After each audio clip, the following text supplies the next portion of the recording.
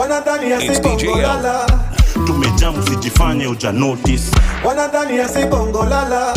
Tumejamu sijifanye uja notice. Wambie punde imechoka sana. Tumejamu sijifanye uja notice. Wambie punde imechoka sana. Tumejamu sijifanye uja notice. Get ready, get ready, get ready, get ready, get ready, get ready, get ready. Propaganda iko hii Kenya, wacha tu.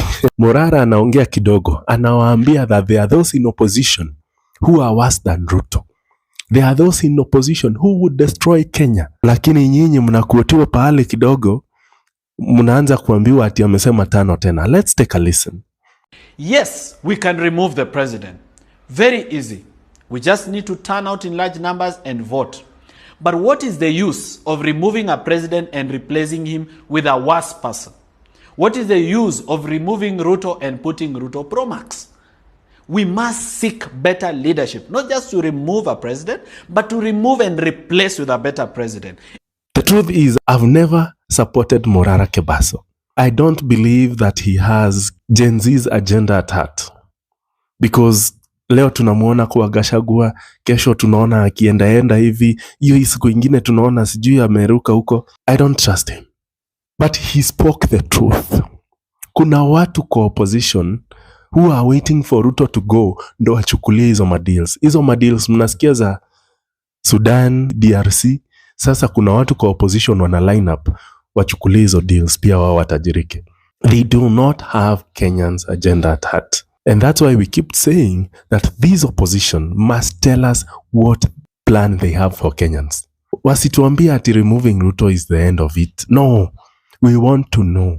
Mukichukua kiti, story ya healthcare, munatupanga aje? Story ya education, munatupanga aje? In details. Story ya job creation, munatupanga aje? Si ati tunawapea kura, ati munaenda tu tumetoa Ruto, sasa imetosha. No, we don't care. Kenyans care about their livelihoods. Kenyans care about their healthcare, their education. That is all we want. Story ya kutuambia ati Ruto removing Ruto is the end game. That's nonsense. Hiyo ni kukosa agenda. Hiyo ni kukua rudderless, pointless, planless. We want a plan for Kenyans. Mukitoa Ruto msimtoe, we don't care. All we care about is us. The education funding model. The debt. How are you going to sort out the debt? That is all we care. How are you going to sort out extrajudicial killings? How are those who abducted and killed Kenyans? How will they be held into account? That is all we care about. And that is the truth. An organized minority is a political majority. So every time we talk about young people being 75 or 60% or 80%, it's one thing to be many, but it's another to be organized. Oh, Maraga is weak, is not charismatic. Okio Mtata is weak, is not charismatic. That is Ruto and the system way of making us to choose bad leaders. No, we are selecting and electing the best. Morara stood up for 45 plus million Kenyans. And now we are fighting him at Bomas of Kenya. Gaddafi stood up for an entire continent. And we just allowed things to go the way they went. And now he's no more. How many years are you going to continue again to allow oppression to be and to continue ruling this country, this continent? The reason why this person who has integrity is not being considered is because we are looking for somebody without integrity. So it's an us problem. Yes. Wow, okay. So you come in with all this integrity and we're like, oh, lakini. Looking for something. Lakini. Ai? No. Sasa hata anaongeaje? Hata ajui kuongea. Tunakutafutia shida sasa makosa. I think that is excuse why not to choose you, but because we're looking at this person who is a thug who has stolen from us.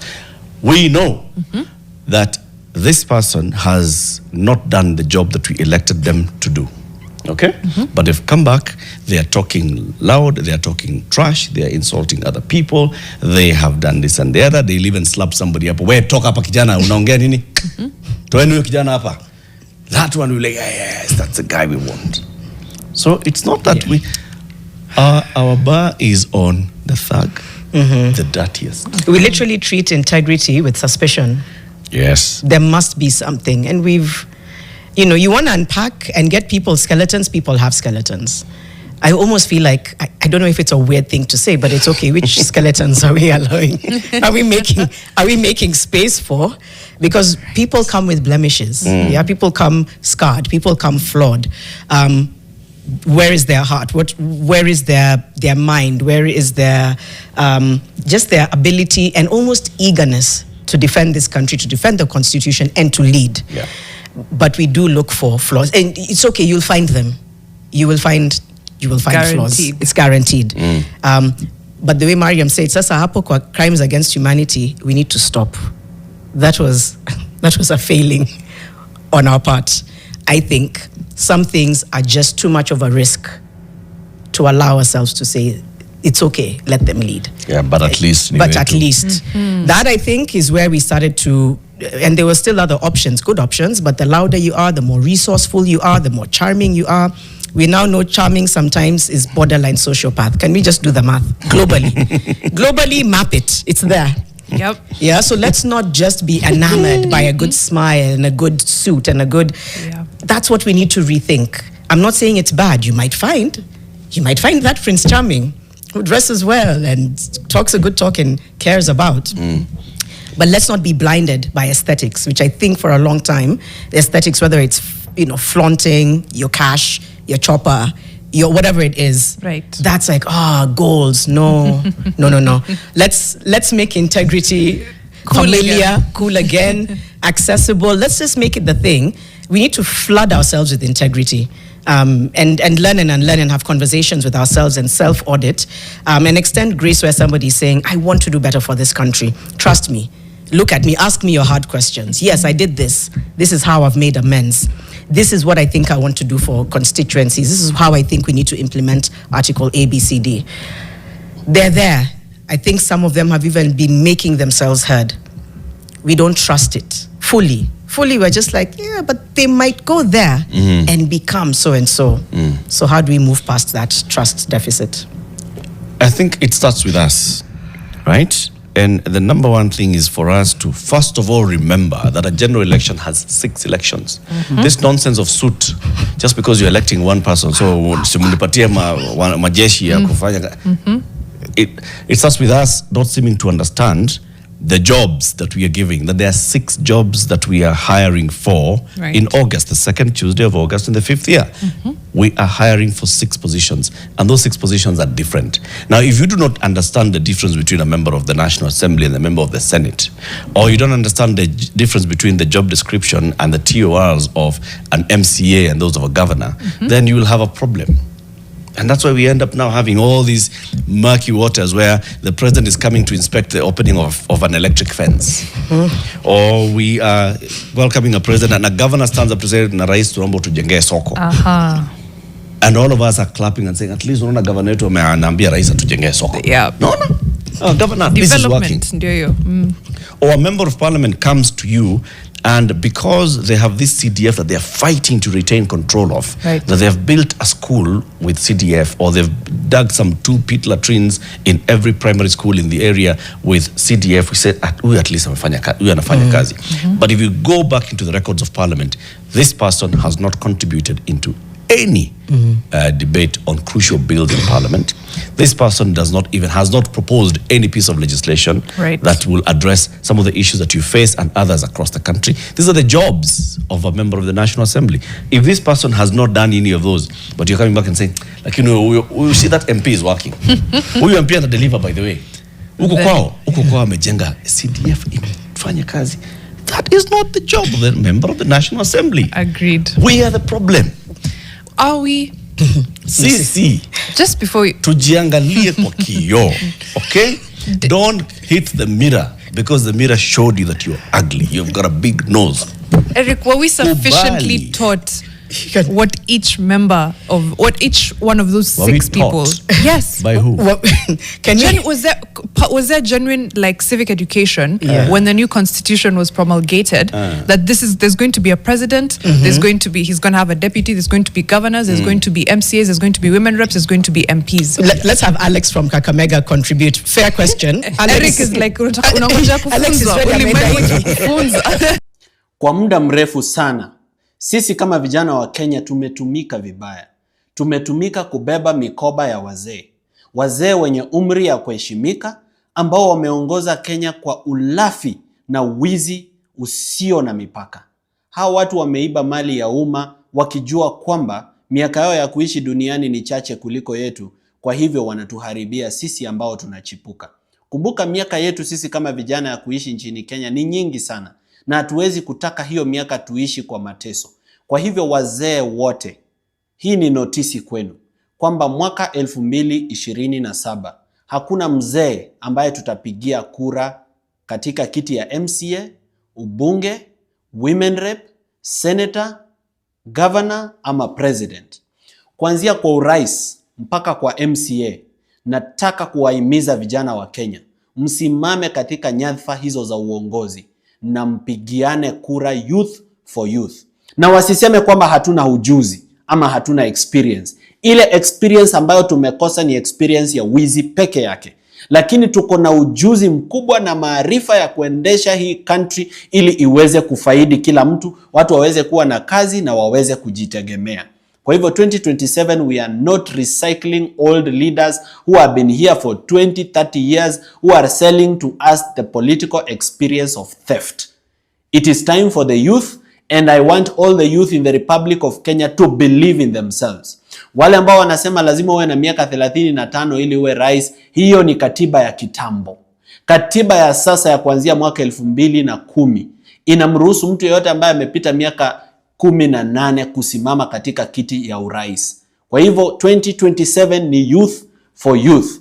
Tutasimama katika hizo nyadhifa za uongozi na tutapigiana kura. Kwa hivyo nyinyi vijana, msijidharau.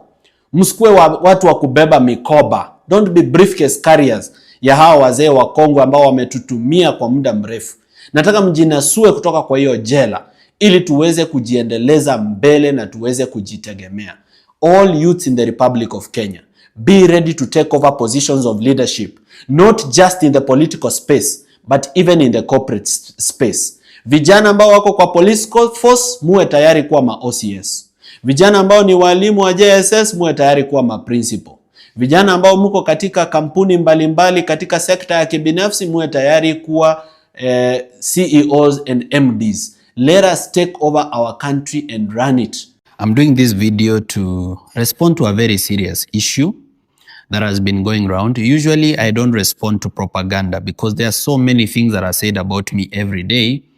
I can't respond to all of them. And it's the nature of leadership, it's the nature of politics. People always gossip about you. So you can't respond to everything that people say. Sometimes you have to remain focused on what you're trying to do. But kwa sababu hii imesemwa sana, nimeona ni vizuri niweze kuizungumzia ili wafuasi wangu wasichanganyikiwe, because I've been receiving calls from my friends both in Kenya and abroad. I've been receiving messages even from my family members. My father even called me this morning. Even my wife, who lives with me in the same house, also asked me whether it's true, because sometimes you're never too sure. And because it has even got to my family, and my family are people who are very passionate about fighting for this country and about delivering this country from where it has been put, it's good now I talk about it, because sasa nikiendelea kunyamaza, it looks like I've accepted, it looks like it's true. So government paid bloggers have been saying that I was given 200 million. Others are saying 500 million by William Ruto to support the government. This is very false. First, I've never ever supported the government, ever. There is a video that I did where I was talking about how Kenyans should make better choices at the ballot and how it will be useless for us to remove our president and replace with a worse one. And some people twisted and cut it to kind of sound like I supported the government, which is false, which is not true. I have not gotten to that point. I'm still fighting for the people. So whoever is trying to, spread those rumors around, this is just to let you know that no weapon formed against us shall prosper. I have never, ever, ever even thought of receiving any money for anything to betray the people or to change my stand. And also there are people been asking, where is the Vampire Diaries? Why have you not done Vampire Diaries? You were paid to stop. I think we treat integrity with a lot of suspicion, and that's a very sad thing. Because the reason I've not been able to do the Vampire Diaries is because the Vampire Diaries is expensive. You see, to travel to Naivasha, you go to Nakuru County, you go to Kuresoi North, you go to Kuresoi South, you go to Kericho County, you go to Kisumu County, those are thousands of kilometers traveled. Now, a full tank of a vehicle will cost you about 20,000, and maybe it will do just 3 or 4 Vampire Diaries. So this is a very expensive thing. Kufanya Vampire Diaries ikwangi cheap, inakuanga very expensive kwa sababu lazima uende paka huko mahali hiyo kitu iko. You have to pay researchers. This is an office. This office, there are researchers here. These researchers need to be paid because they have houses to pay, they have food to eat, they need fare to work. For these people to be able to do that research, waweze kuwapea hiyo data yenye ni very accurate na yenye si ya uongo, they need to be paid. Or at least they need to be sustained. So that's why I've not been able to do it, because again, muli consume propaganda about us raising funds for civic education. So then we ran out of finances to do the Vampire Diaries. So right now, I can only do what I can afford. Labda nikipata tu biashara mahali ama sales zikuwe mzuri, nikuwe niko na kakitu ama mtu anisort mahali kitu ama deni yenye alikuwa nayo ya kitambo, nikiwa niko na fuel, I can go and do the Vampire Diaries. But wakati sina, I can't do it. Okay, because politics is very expensive, and I told you that. Even accountability is very expensive. That's why zile offices inafanya accountability kama Auditor General's Office, Parliamentary Accounts Committee, they have a very big budget for that accountability. Because this is not something cheap. It's something very expensive to do. But all said and done, I just want everybody to know that I've never received any money. I've never met first William Ruto. I've never received any money, and I don't plan to receive any money. In fact, I've rejected money many, many times before, until I was even scared for my life, because as in these people, you reject money from them, you start getting scared for your life. Yeah, because wakikosa njia compromise, then what else will they do to you? The people are saying that I was compromised. Probably they are hurt that I told them the truth. And the truth is that we cannot be coming together just to remove Ruto. That's not an agenda. We cannot be united in hate. Hate is not a vision. Hate is not an agenda. We know what William Ruto has done to this country. We know what his government has done to this country. Abductions, extrajudicial killings, corruption, wastage of public resources, and priority spending, appointment of criminals to public office. These are things that he has done to our country. However, if you come to think of it, much as he has done all these things, what is our vision? We are removing this person. Do we have a vision of what we want to do to this country? What is our policy on education? What is our policy on healthcare? What is our policy on corruption? Don't just say, toa Ruto kwanza, tutafikiria baadaye. Hatutafikiria baadaye, because the way government works is that when you are removing Ruto, he is immediately replaced by someone.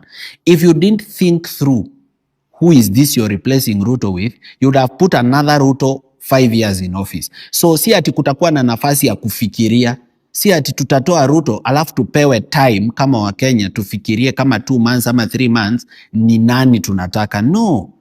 It's Ruto is removed immediately. There's never a vacancy in the office of the president. Hakuna hata siku moja ama 2 hours yenye office of the president inaweza kuwa vacant. As long as you remove the president now, immediately you do it, you have to replace the president with another president. So kama hukuwa umetake time kufikiria huyu ambaye anakuja kureplace Ruto ni nani, vision yake ni gani, chenye anataka kufanyia nchi ni nini, then you can end up removing the president and replacing the president with someone worse than who you had. And we've had this before. Remember when we were removing Uhuru Kenyatta, watu walisema Uhuru Kenyatta has run this country very badly, and that was true. Wizi, mnakumbuka subsidies za mahindi zikiibiwa, mnakumbuka fertilizers, mnakumbuka SGR, mnakumbuka Eurobond and many other things. Mkasema toa Uhuru. But shida ile mlifanya ni mlisema afadhali mwizi kama Ruto kuliko Uhuru. I remember even somebody did a video akisema afadhali huyo mwizi Ruto ndiye ameiba roho zetu. Now look at where you are. So me, I'm very loyal to the people of Kenya. I will never ever betray them. I've been in this office working. In fact, we've been working on the Inject Party website. The website is now ready to be launched. We've been working on the mobile application app ya simu yenye una download tu kwa simu. The website now, you can register as a volunteer, you can donate on that website, you can access resources on that website. Tumebuild kitu safi sana, by the way. Tukiwa tu hapa, tukiwa tunafanya kazi. We built the Inject Party constitution tukiwa tu hapa. It's now available. People can even read it. I will upload it.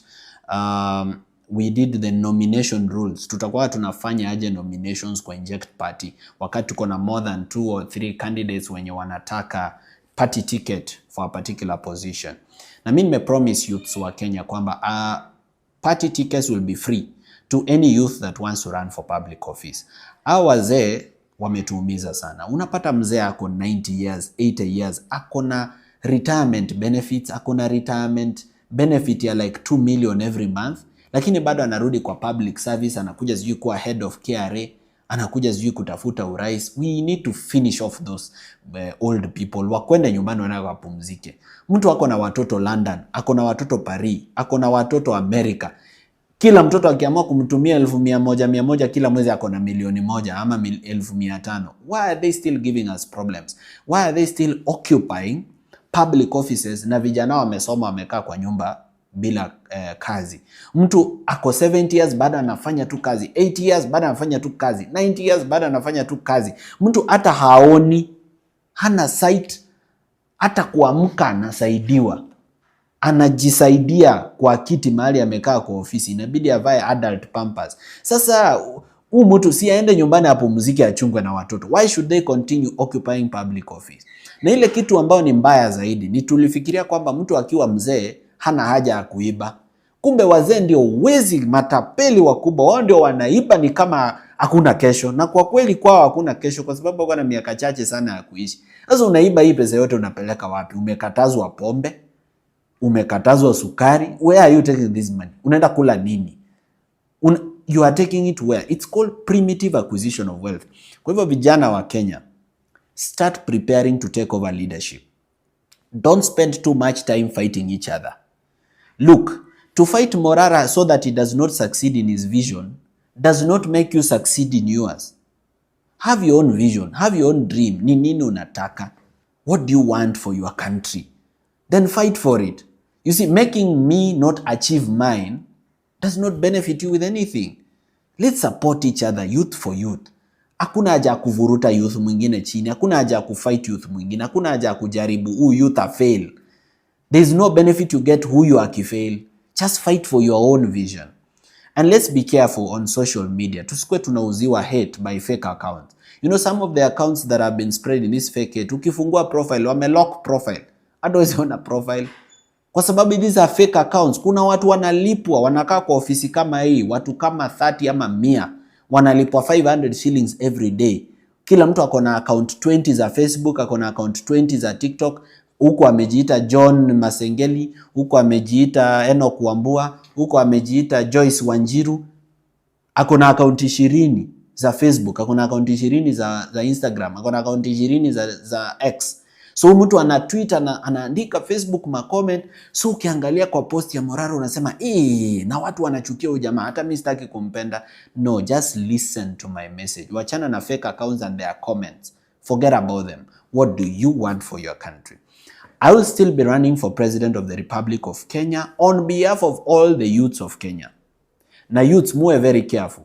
Remember ile pesa yenye iliibiwa kutoka Kenya inarudi bado kufund candidates wasimame urais hapa. Na mtu yote ambaye anafandiwa na Uhuru ako na his ministers kwa cabinet. Kwa hivyo kama ako na ministers wake kwa cabinet wanafanya biashara na Ruto, the likelihood kwamba candidate wa Uhuru bado ni candidate wa Ruto is very high juu hao watu wako kimoja hivi.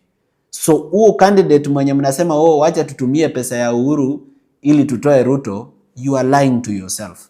Pesa ya Uhuru si ya Uhuru, ni pesa yenu ambayo aliiba more than 6 trillion. You know what 6 trillion is? You know what it can do to this country? Hakuna mtu angekuwa jobless, hakuna mtu angekuwa nakosa job hapa with 6 trillion. But Uhuru has it. Alafu amewaletea mtu anasema sasa peeni huyo akuwe rais. Are you serious? To return Uhuru to power. Hiyo mchezo enda muachane nayo kabisa. Hiyo ni upuzi. Hata kama ni wa kabila yenu, enda muachane na hiyo mchezo kabisa. Tafuta mtu mwingine kutoka kwa kabila yenu kama lazima mpigie mtu wa kabila yenu. Look for somebody who has integrity. But kuleta mwizi ati lazima ikuwe huyo juu ni wa kabila yetu, hiyo nini? That's total nonsense. Don't follow that direction. Kama youth nimewa-advise tusimame hizi viti. We are the change that we want to see. Simama kuwa governor, kuwa senator, kuwa MP. Nilisema hiyo kitu nikasikia youths wengine wanasema hatuna pesa ya campaign. Finally sasa mmefika mahali nilikuwa nawaelezeanga. I used to tell you, muache kuniita beggar kwa sababu mtakuja kuhitaji kubeg. Look, around the world, si ati watu wanakuanga na pesa ya campaign. Ukienda developed countries mali corruption haiko juu, hao watu they raise money from the public. Unafungua paybill, watu wanakuchangia, unarun, unakuwa senator, unawasaidia. Lakini huku mtu akichangisha, you call him beggar, na wewe ni youth, na unataka kusimama for leadership, na wewe unaita huyo beggar, yet pia wewe 2 months or 3 months or 1 year from now utahitaji kubeg ndio uweze kupata pesa ya campaign. So sometimes mnaangalia mbele. The reason nilianza hiyo kitu ya campaign financing na raising campaign funds from the people ni kupunguza corruption. Watu wa corruption wasikuwa wana fund candidates, alafu wanaingia kwa ofisi wanaendeleza corruption. The second reason yenye niliintroduce hiyo kitu ni ili watu wenye hawana pesa lakini wako na integrity waweze kupata nafasi ya kuingia kwa viti za uongozi tukiwa tumewashikilia. Huyo ametoa 10 bob, 100 bob, 1000, 10,000, mwingine yana pesa amejitolea mwenyewe kama volunteer, tunasaidia mtu ana occupy your office anatusaidia. That's why I brought that thing. So from now on, please understand that raising campaign funds from the public is not shameful. Msikuwe mnakuwa na aibu. Be shameless. Nobody can shame the shameless. Otherwise, I'm grateful to all the people that pray for me, that remember me on their prayers. Me, I'm very grateful. I don't take it for granted. I'll continue to be a person of integrity. Na sitawaangusha. Yeah? I'll be the leader that you want me to be. Thank you and be blessed. Na vitu zina happen in country. Ikifika 2027 na uko 18 plus tukupate bila kura. Ai! Utatuambia unaishi wapi? Utatuambia unataka nani apeleke Ruto nyumbani? Piga lukukula mboto, jumpi na difuoto. Ni kama kuna joto, vidole ni mangoto, mangoto moto moto. Kwa mkono wa Ruto tunataka kwanza kupunguza tamu yake. Kama ingewezekana hii mwaka ingeisha kama huyo mtu amekaa kwa yukiti. Aende nyumbani, kazi imemshinda. You like me, why them a fight me? You like me, chewing a bone, a bite.